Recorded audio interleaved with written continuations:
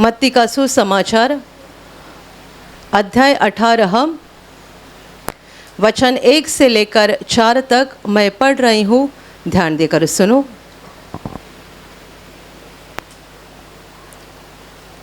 उस घड़ी चेले यीशु के पास आकर पूछने लगे, स्वर्ग के राज्य में बड़ा कौन है?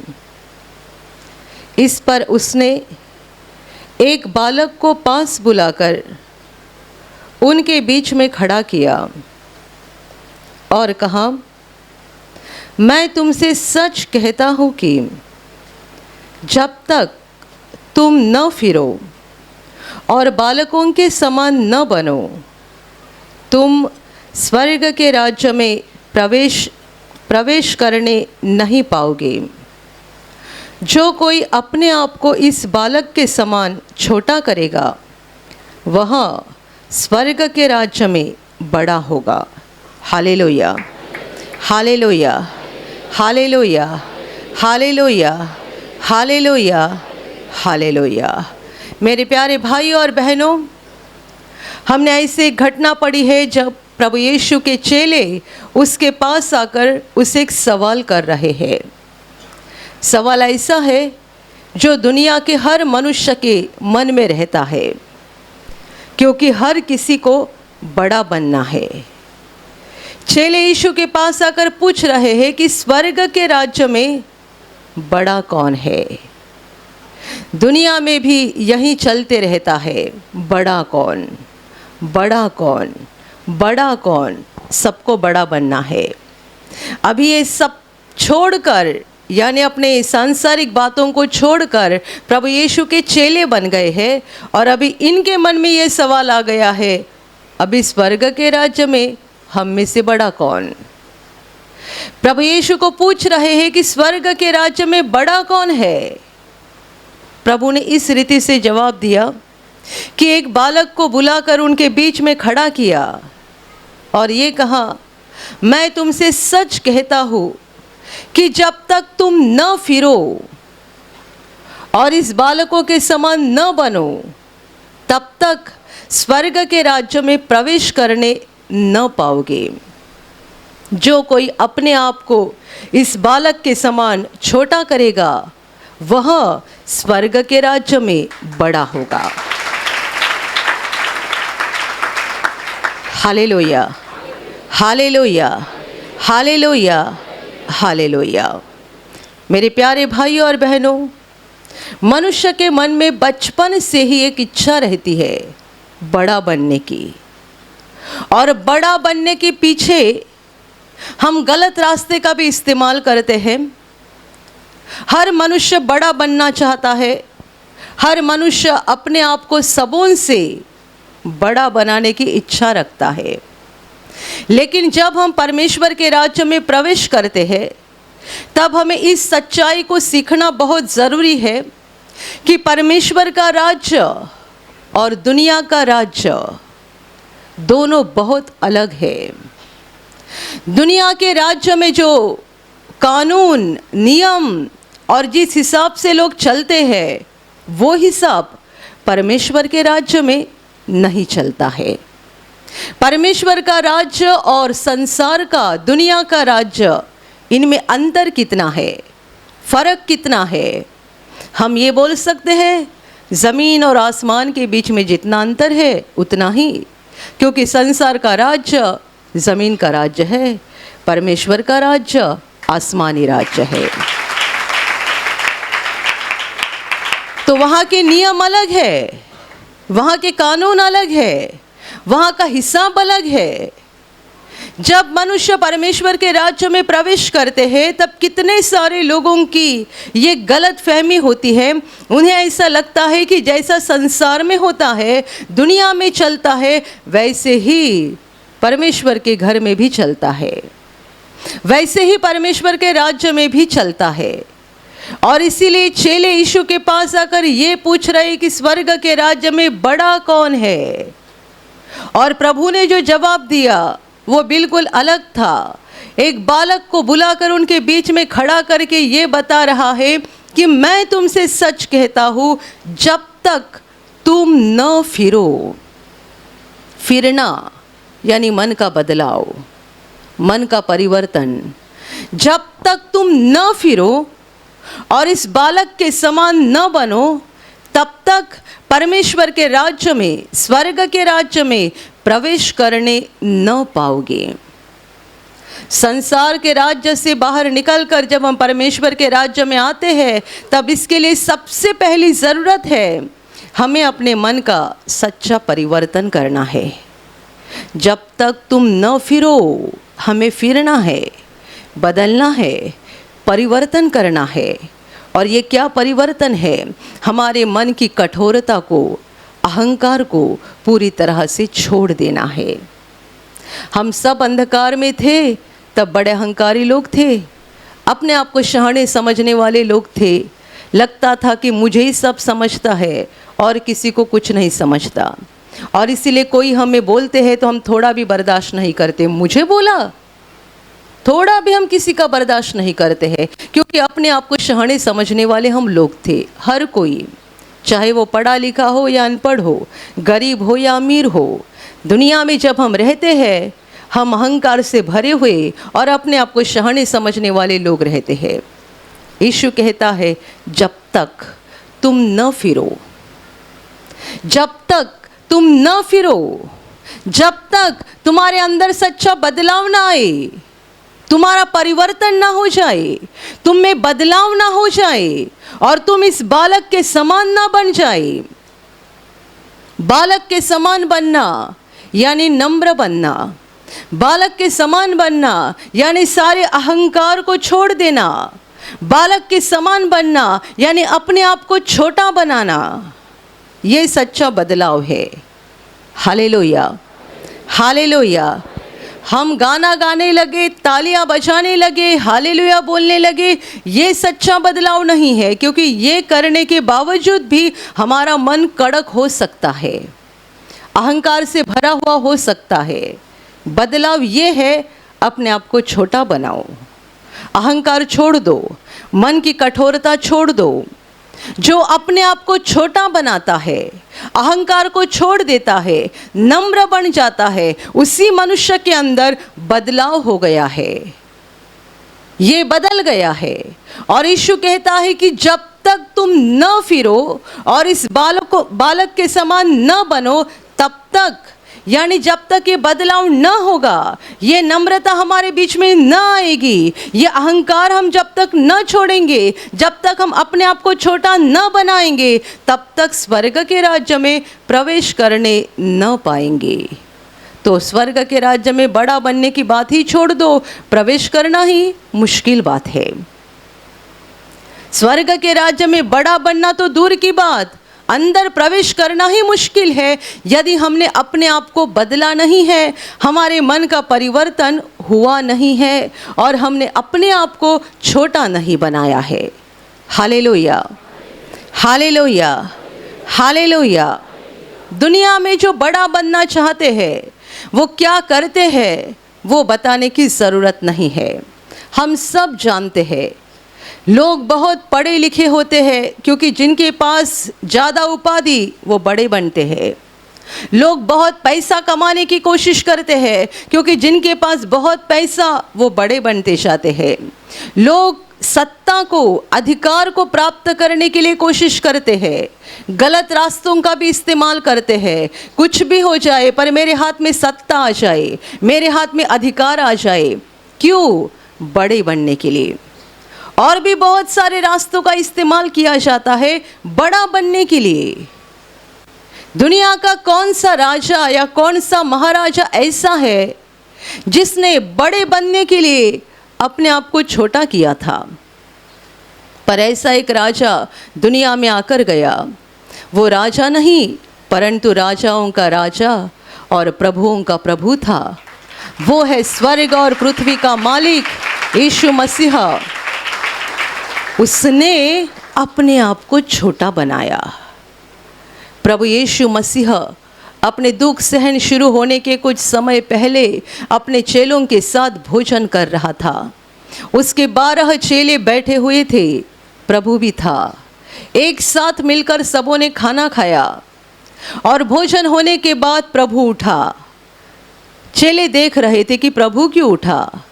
उसने अपने बाहरी वस्त्र उतार कर रख दिए, एक रुमाल लेकर अपने कमर को बांध लिया, बर्तन लेकर उसमें पानी लिया और एक एक चेले के पास जाकर नीचे बैठकर उनके पाँवों को धोने लगा।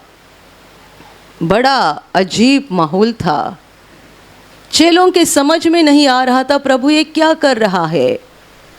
हम तो सब मिलकर एक साथ खाना खाया और ये भोजन होने के बाद हमारा प्रभु ये क्या कर रहा है। पर प्रभु एक एक के पास जा रहा था, नीचे बैठकर उनके पैरों को पानी से धो रहा था और कमर में जो रुमाल बांध के रखा था उनसे पोंछ रहा था। जब वो प्रभु यीशु अपने प्रमुख चेले के पास यानी पतरस के पास पहुंचा, पतरस को ये बात बिल्कुल हजम नहीं हुई कि मेरे पैर प्रभु के हाथ में जाए और प्रभु मेरे पैर को धोए। वो कहता है नहीं नहीं नहीं प्रभु, मैं तुझे मेरे पैर को कभी धोने नहीं दूंगा। यीशु कहता है यदि मैंने तुझे नहीं धोया तो तुझे मेरे साथ कोई हिस्सा या भाग नहीं है। प्रभु ने पतरस के भी पैर को धोया, सारे 12 चेलों के पैर को उसने धोया और फिर उठकर बैठा। जब उसने अपने कपड़े पहने, अपनी जगह पे जाके बैठा और चेलों को पूछता है क्या तुमने जान लिया कि मैंने तुम्हारे साथ क्या किया? क्या तुम्हारी समझ में आया कि मैंने तुम्हारे साथ क्या किया? तुम मुझे प्रभु बोलते हो, गुरु बोलते हो और ये ठीक है क्योंकि मैं वैसा ही हूँ। मैं प्रभु हूँ, मैं गुरु हूँ और प्रभु और गुरु होकर भी मैंने तुम्हारे पैर धोए हैं, तो तुमने भी एक दूसरों के साथ वैसा ही करना चाहिए। Hallelujah, hallelujah. प्रभु यीशु ने अपने जीवन की कितनी सारी शिक्षा केवल लोगों को सिखाई नहीं, खुद करके दिखाई। ऐसा कौन सा दुनिया का राजा या महाराजा है जिसने अपने नौकरों के पैर धोए हैं? ये दुनिया का एकमात्र राजा जिसने अपने नौकरों के पैर धोए इतना नम्र बन गया, इतना छोटा बन गया कि अपने चेलों के पैर धोए और बाद में उनको पूछता है क्या तुम्हारी समझ में आया मैंने क्या किया? जो मैंने तुम्हारे साथ किया वही तुम्हें एक दूसरे के साथ करना है। Hallelujah, hallelujah, hallelujah. वो छोटा बना जबकि वो राजाओं का राजा और प्रभुओं का प्रभु है, तो भी वो इतना नम्र बना। परमेश्वर के राज्य के नियम अलग है, संसार के नियम अलग है। संसार के राज्य में बड़ा बनना है तो आप बहुत गलत रास्तों का भी इस्तेमाल कर सकते हैं, कुछ भी गलत काम कर सकते हैं, अपने आप को बड़ा बनाने के लिए दूसरों को फंसा सकते हैं, धोखा दे सकते हैं, लूट सकते हैं और ये किया ही जाता है। फंसा कर, लूट कर, धोखा देकर लोग खुद को बड़ा बनाते हैं। पर परमेश्वर के राज्य में ये नहीं हो सकता है, क्योंकि परमेश्वर का राज्य अलग राज्य है। वहाँ परमेश्वर खुद राजा है और वो हमारे बाहरी रूप को नहीं देखता है, वो हमारे हृदय को देखता है।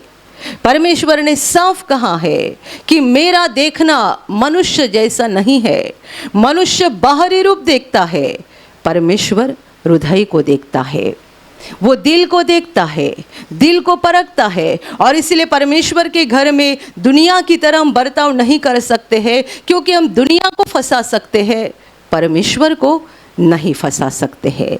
Hallelujah, hallelujah, hallelujah. हम प्रेरित चरित्र में एक घटना को पढ़ते हैं जब प्रभु यीशु का चेला पतरस लोगों के सर के ऊपर हाथ रख के प्रार्थना कर रहा था। वो लोगों के सर के ऊपर जैसे ही हाथ रख रहा था, लोगों को पवित्र आत्मा मिल रहा था, बड़ा अभिषेक हो रहा था। और वहाँ एक मनुष्य मौजूद था जो ये सब देखने के बाद उसके मन में लालसा पैदा हो गई कि मेरे पास भी ये सामर्थ होना ज़रूरी है, मुझे भी ये सामर्थ की ज़रूरत है, मुझे भी ये चाहिए। ये मनुष्य एक जादूगर था, पूरे ज़िंदगी में जादू करके लोगों को फंसाया था। अंत में परमेश्वर का अनुग्रह हो गया कि सुसमाचार उसके पास पहुंच गया। उसने सुसमाचार को ग्रहण तो किया, कलीसिया के अंदर प्रवेश तो कर लिया, यीशु पर विश्वास करने वाला एक विश्वासी मनुष्य तो बन गया, जबकि वो एक जादूगर था, उसने यीशु पर विश्वास किया। पर कुछ समय पश्चात जब उसने पतरस के पास जो अभिषेक और सामर्थ को देखा, तब उसके अंदर ये अभिलाषा पैदा हो गई, ये लालसा पैदा हो गई कि मुझे भी इसकी ज़रूरत है, मुझे भी इसको पाना है, ये सामर्थ मुझे भी चाहिए।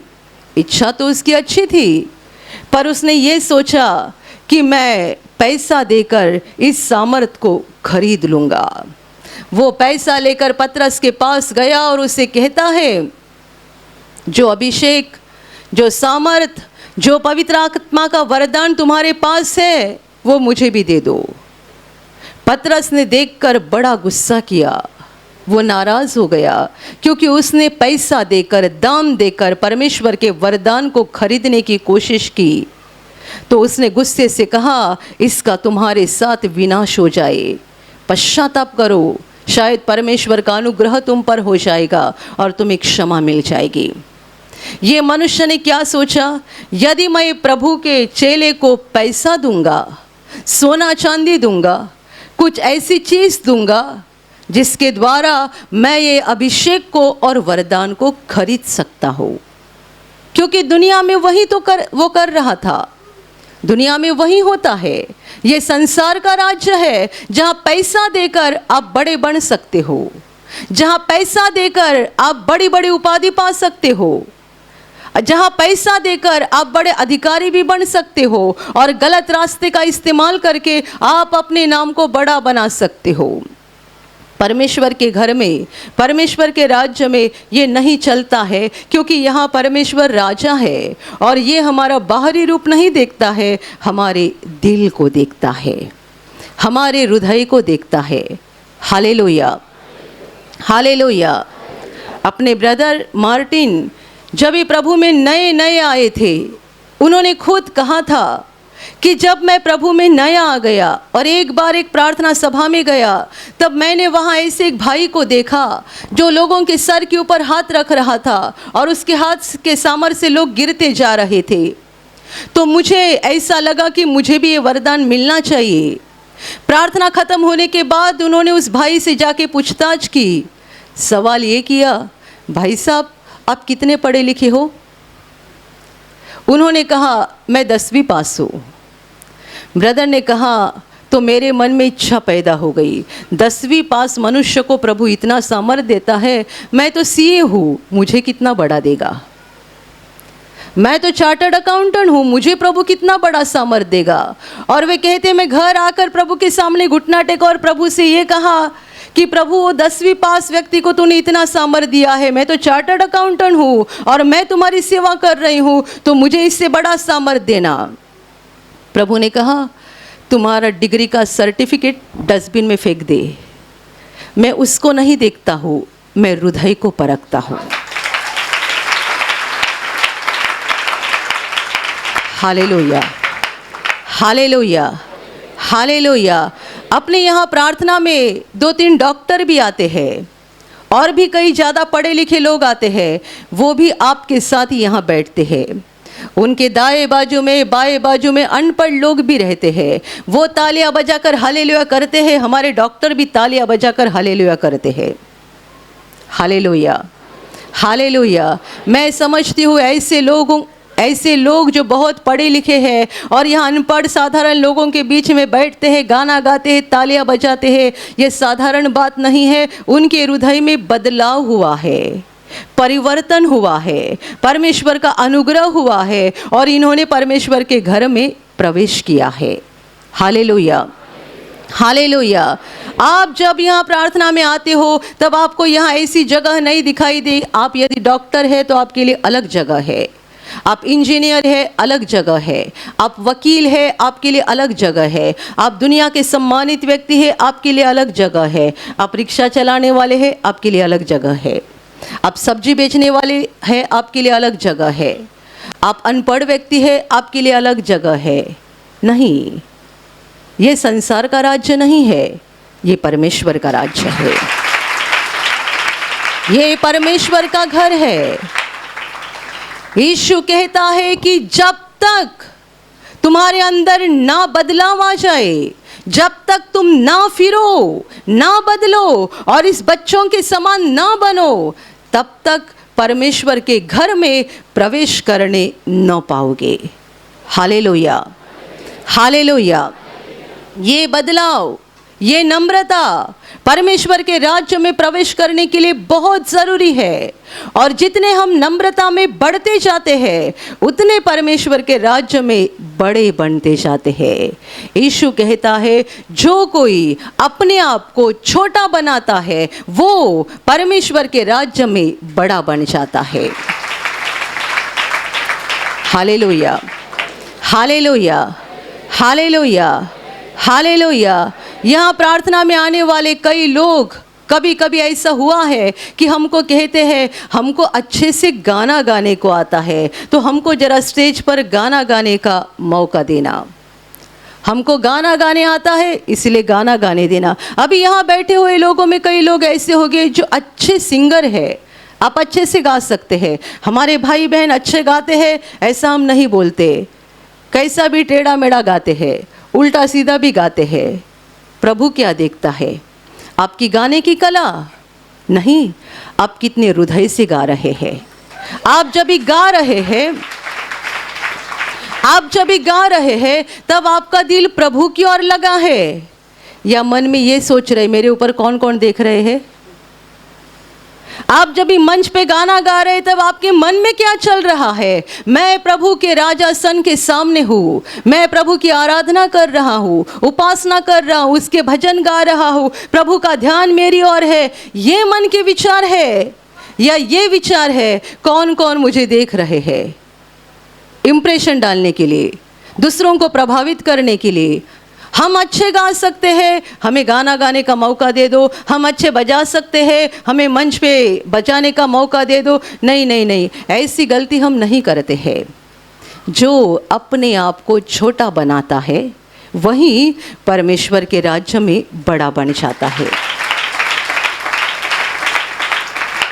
क्योंकि परमेश्वर का राज्य ऐसा है जो बाहरी रूप को देखकर नहीं चलता है, जो दिल को देखकर चलता है, हृदय को। परमेश्वर हमारे दिल को देखता है। मेरे प्यारे भाई और बहनों, इसलिए कभी ऐसा मत सोचो कि जैसा दुनिया में हम दूसरों को फंसाते हैं, लूटते हैं, या दुनिया में हम दूसरों को धोखा देते हैं और अपने आप का फ़ायदा करा के लेते हैं, वैसा परमेश्वर के घर में भी, परमेश्वर के राज्य में भी हम कर सकते हैं। नहीं, यदि आपने ऐसा करने की कोशिश की तो आप बड़े नहीं, दिन ही दिन आप नीचे जाओगे और एक दिन पूरी तरह से आपका अंत हो जाएगा। परमेश्वर का राज्य, दुनिया का राज्य दोनों अलग है। आप दुनिया के हिसाब से परमेश्वर के राज्य में नहीं चल सकते हैं। जब हम अपनी पुरानी जिंदगी में थे, तब जैसे सोच विचार हमारे थे, वैसे अभी नहीं होने चाहिए।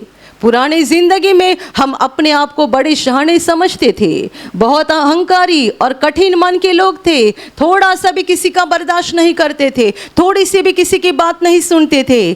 आज हमारे अंदर ये बदलाव होना चाहिए, ये नम्रता होनी चाहिए। जैसे ही हम परमेश्वर के घर के अंदर आते हैं, हमने ये कहना चाहिए, हे प्रभु, मैं मिट्टी हूँ, मैं धूल हूँ, तुम्हारे सामने मैं कुछ भी नहीं हूँ।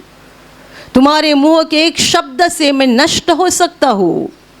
चाहे आप कितने भी पढ़े लिखे हो, कितने भी अमीर हो, कितने भी सम्मानित व्यक्ति हो, यदि आपके अंदर ये भावना तैयार हो गई है कि मैं एक दुर्बल व्यक्ति हूँ, परमेश्वर के सामने मैं कुछ भी नहीं हूँ, और यदि आपने परमेश्वर के सामने अपने आप को नम्र बनाया है और इसी के साथ मनुष्यों के सामने भी नम्र बनाया है, तो जान लेना आपका दिल बालक के समान बन रहा है और आपने परमेश्वर के घर में प्रवेश किया है। और ये नम्रता में आप बने रहेंगे और नम्रता में बढ़ते जाएंगे तो परमेश्वर के राज्य में बड़े बन जाएंगे।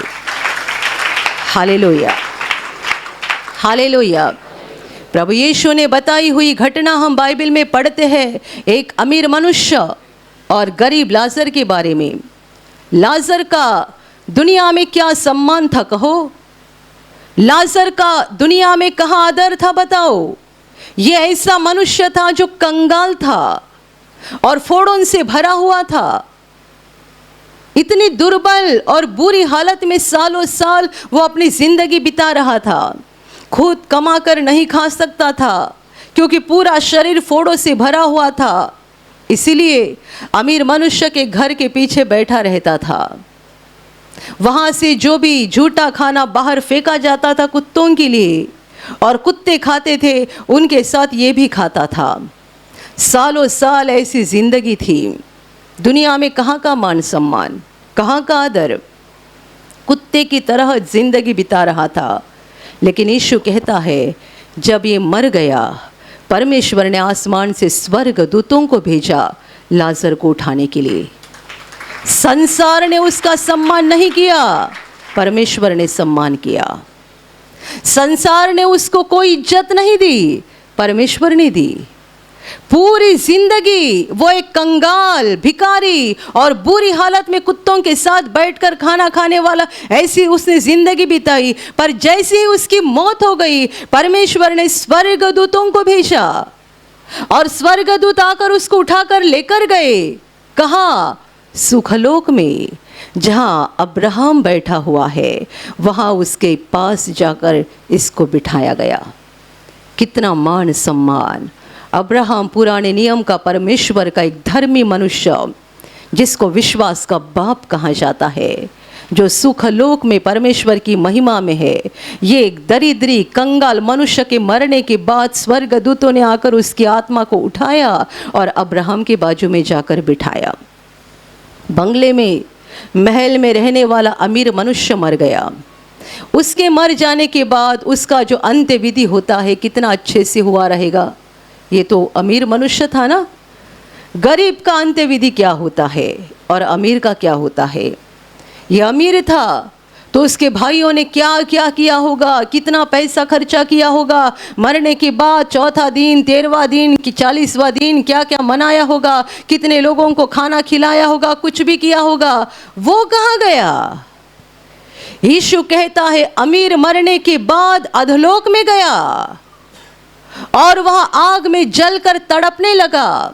और उसने आंखें उठाकर ऊपर देखा और ये देखकर चकित हो गया, जो कंगाल भिखारी मेरे घर के पीछे बैठकर कुत्तों के साथ खाना खाता था, ये अभी सुखलोक में है और अब्राहम के बाजू में है। इस घटना से अच्छे से जान लो परमेश्वर का राज्य क्या होता है और दुनिया का राज्य क्या होता है। Hallelujah, hallelujah, hallelujah. यदि आप किसी बड़े बड़े बड़े बड़े धनवान व्यक्ति के घर में शादी के लिए गए ना, बहुत बड़े बड़े धनवान व्यक्ति के घर में, तो आपको नीचे बिठाया जाएगा। हमारे जैसे साधारण व्यक्ति को कोई वहाँ खड़ा भी नहीं करेगा। किसको खड़ा किया जाएगा? यदि आपके पास भारी कार है, आपके गले में बहुत सोना है, आप बहुत अमीर व्यक्ति है, तो आपको वहाँ कोई इज्जत मिलेगी। हम जैसे साधारण लोगों को कोई इज्जत नहीं देगा। ये दुनिया का राज्य है। आप अमीर मनुष्य के घर जाओ, अमीर व्यक्ति को वहाँ इज्जत है, गरीब को नहीं है। ये दुनिया का राज्य है। परमेश्वर का राज्य क्या है? कंगाल भिखारी लाजर मरने के बाद स्वर्गदूत आ गए, उसे उठाया और सुखलोक में लेकर जाकर अब्राहम के पास बिठा दिया। यह है परमेश्वर का राज्य, यह है संसार का राज्य। दोनों में से फर्क समझ लेना और इसीलिए अपने मन की गलतफहमी को दूर कर दो। ये मत समझो जैसा दुनिया में चलता है वैसा ही परमेश्वर के राज्य में चलता है। नहीं, परमेश्वर के राज्य में आप कितने भी गलत काम करो, आप कितना भी दूसरों को धोखा दो, फंसाओ, उल्टा सीधा काम करो, आपको लगता है यहाँ देखने वाला कोई नहीं है। यहाँ देखने वाला परमेश्वर है, वो आपको देख रहा है। आप मनुष्य को फंसा सकते हो, परमेश्वर को नहीं फंसा सकते हो। आप परमेश्वर को धोखा देकर उसके घर के अंदर नहीं घुस सकते हो और नहीं बड़े बन सकते हो, क्योंकि परमेश्वर हमारे दिल को परखता है, हमारे मन के विचार भी वो जानता है। हमें लगता है कोई नहीं जानता, पर परमेश्वर जानता है। Hallelujah, hallelujah, hallelujah, hallelujah, hallelujah. मेरे प्यारे भाइयों और बहनों, अपने आप को नम्र बनाओ, दिल की कठोरता छोड़ दो, अहंकार छोड़ दो। हम परमेश्वर के सामने कुछ भी नहीं है, हमें परमेश्वर के सामने भी नम्र बनना है और मनुष्यों के सामने भी नम्र बनना है। कभी कभी अपने यहाँ ऐसी गवाही आती है, एक बहन ने कहा कि जब से शादी हुई है, शादी के पहले भी मैं अपने माँ बाप का कभी सुनती नहीं थी, अपना ही सच करती थी। शादी के बाद अपने पति का कभी सुनती नहीं थी, पति ने कितना भी बताया सुनती नहीं थी। हमेशा लगता था मैं बराबर हूँ, मेरे हिसाब से होना चाहिए। क्या हो गया? प्रभु के पास आ गए, परमेश्वर का अनुग्रह हो गया, हृदय बदल गया, परमेश्वर के वचनों को सुनकर मन में परिवर्तन हुआ, बदला हुआ और ये समझ में आ गया कि इतने सालों से मैं जो कर रही थी गलत था। मुझे नम्र बनना चाहिए, मुझे पति का सुनना चाहिए, नम्रता से जीवन बिताना चाहिए। बदलाव हो गया। मैं आपको कहती हूँ ये बड़ा चमत्कार है, मनुष्य का हृदय बदलना। जो पहले कड़क था, पत्थर था, अहंकार से भरा हुआ था, किसी की बात को मानते नहीं थे, किसी की सुनते नहीं थे, प्रभु के वचनों के द्वारा हृदय बदल गया और नम्र बन गया। ये सच्चा परिवर्तन है। हालेलुया। और परमेश्वर यही परिवर्तन हमारे अंदर देखना चाहता है। आपका कैंसर ठीक हो गया, डायबिटीज ठीक हो गया, क्या आप नम्र बन गए हैं? क्या आपने नम्रता को ग्रहण किया है? क्या आपने पुराना अहंकार छोड़ दिया है? क्या आपने पुराने दिल की कठोरता छोड़ दी है? अपने आप को बुद्धिमानी समझना बंद कर दिया है और ये जान लिया है कि मुझे परमेश्वर की ज़रूरत है, उसके बिना मैं जिंदगी नहीं बिता सकता हूँ, उसके बिना मैं कुछ नहीं कर सकता हूँ। मुझे उसकी ज़रूरत है, उसके अनुग्रह की ज़रूरत है, उसके प्रेम की ज़रूरत है, उसके करुणा की ज़रूरत है। क्या आपने इस सच्चाई को स्वीकार लिया है? क्या आप परमेश्वर के सामने नम्र बन गए हैं? क्या आप मनुष्यों के सामने नम्र बन गए हैं? यदि हो गया है तो आपके अंदर बदलाव हुआ है। और यीशु कहता है जब तक तुम न फिरो, यदि आप फिरे हैं तो आपने परमेश्वर के घर के अंदर प्रवेश कर लिया है। और आपको ज़रूरी है कि इसमें बढ़ते जाए, नम्रता में बढ़ते जाए, यानी दिन ही दिन अपने आप को अधिक नम्र बनाओ, अधिक नम्र बनाओ। आप में से ऐसे बहुत लोग होंगे जिनको छोटी छोटी बातों के लिए गुस्सा आता है। आपके मन के खिलाफ कुछ होता है, गुस्सा आता है, कोई कुछ बोलते हैं, गुस्सा आता है। इसका मतलब ये है अभी भी आप अपने आप को शहाने समझते हैं। कोई हमारी निंदा करता है, कोई हमारे दोष निकालता है, कोई हमारे खिलाफ बोलता है, कोई हमें गलत शब्द इस्तेमाल करता है और हमें गुस्सा नहीं आता। इसका मतलब हम छोटे बन रहे हैं, हम छोटे बन गए हैं। हम ये समझते हैं हम कुछ भी नहीं है। प्रभु ने मुझे बचाया तो मैं बच जाऊंगा, प्रभु ने मुझे आशीषित किया तो मैं आशीषित बन जाऊंगा। मैं अपने आप में कुछ नहीं हूँ। और यही नम्रता हमारे अंदर आना बहुत ज़रूरी है। Hallelujah, hallelujah, hallelujah, hallelujah. ध्यान में रखना, परमेश्वर के घर के अंदर प्रवेश करने के लिए सबसे पहला कदम है नम्रता। हालेलुया बोलना ये पहला कदम नहीं है, तालियां बजाना ये पहला कदम नहीं है, नम्रता ये पहला कदम है। हम ऊंचे आवाज में परमेश्वर की स्तुति कर सकते हैं, तालियां बजा सकते हैं, गाना गा सकते हैं, पर यदि हमने ये पहला कदम उठाया नहीं है तो इसका मतलब हमने अंदर प्रवेश ही नहीं कर लिया है। क्योंकि यीशु कहता है जब तक तुम न फिरो और बालकों के समान न बनो तब तक परमेश्वर के राज्य में प्रवेश करने न पाओगे। ये पहला कदम है नम्रता, ये पहला कदम है जो उठाकर हम परमेश्वर के घर के अंदर प्रवेश कर सकते हैं। Hallelujah, hallelujah, hallelujah. मेरे प्यारे भाइयों और बहनों, आज इस वचन को सुनने के बाद आपका कठोर दिल बदलना चाहिए। मुझे मालूम है सारी बातें प्रवचन में नहीं बताया जाती, सारी बातें प्रवचन में नहीं बोल सकते हैं। ये पवित्र आत्मा का काम है जो आपको अंदर से इस वचन को और गहराई से समझाता है। प्रवचन में हम जो समझाते हैं वो अलग बात है, पवित्र आत्मा जो समझाता है वो अलग बात है। जो आपने आज सुना, पवित्र आत्मा आपको और गहराई से समझाएगा कि आप आपके जीवन में कहाँ कड़क रीति से बर्ताव करते हैं, कहाँ कठोर बन गए हैं, कहाँ अहंकारी है। पवित्र आत्मा आपको समझाएगा।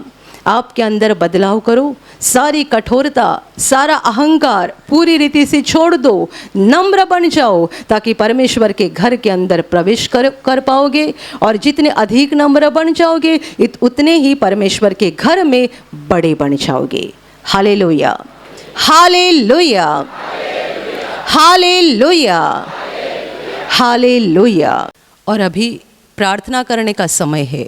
आप विश्वास करो कि एक पल में प्रभु यीशु आपको छूकर चंगाई देगा।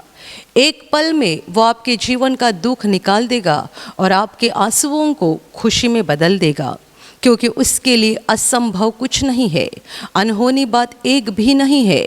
प्रभु यीशु आज भी जिंदा है। 2000 वर्ष पहले वो शरीर रूप में धरती पर था, आज शरीर रूप में नहीं बल्कि आत्मा के रूप में है। और दुनिया के कोने कोने में जहाँ जहाँ लोग विश्वास के साथ उसको पुकारते हैं, उसके पास प्रार्थना करते हैं, उन सबों की पुकार को प्रभु सुनता है, उन्हें चंगा करता है, उनके आंसुओं को पोंछ देता है और उनके जीवन को खुशी से भर देता है। आप भी इसी विश्वास के साथ आपके बीमार भाग पर हाथ रखो, और यदि वहाँ हाथ नहीं रख सकते हैं तो अपने सीने पर हाथ रखो। प्रभु यीशु के नाम से इसी क्षण आपके शरीर की सारी बीमारियां निकल जाए। यीशु के नाम से आपके जीवन का सारा दुख निकल जाए। शैतान का हर एक काम आपके जीवन से और आपके परिवार से पूरी तरह से नष्ट हो जाए। यीशु के नाम से, प्रभु यीशु के नाम से शैतान का सारा काम आपके जीवन से नष्ट हो जाए। सारी दुष्ट आत्माओं को प्रभु यीशु के नाम से मैं आज्ञा दे रही हूँ, इसी क्षण इन्हें छोड़कर निकल जाओ और वापस उनमें नहीं आना। इसी क्षण प्रभु का महान सामर्थ आपके ऊपर आ जाए। प्रभु का महान सामर्थ आपके ऊपर आ जाए। प्रभु का महान सामर्थ आपके ऊपर आ जाए। इसी घड़ी पवित्र आत्मा की खुशी आपके दिल में आ जाए, पवित्र आत्मा की शांति आपके दिल में आ जाए और आपका जीवन स्वर्ग की रोशनी से भर जाए। आमीन।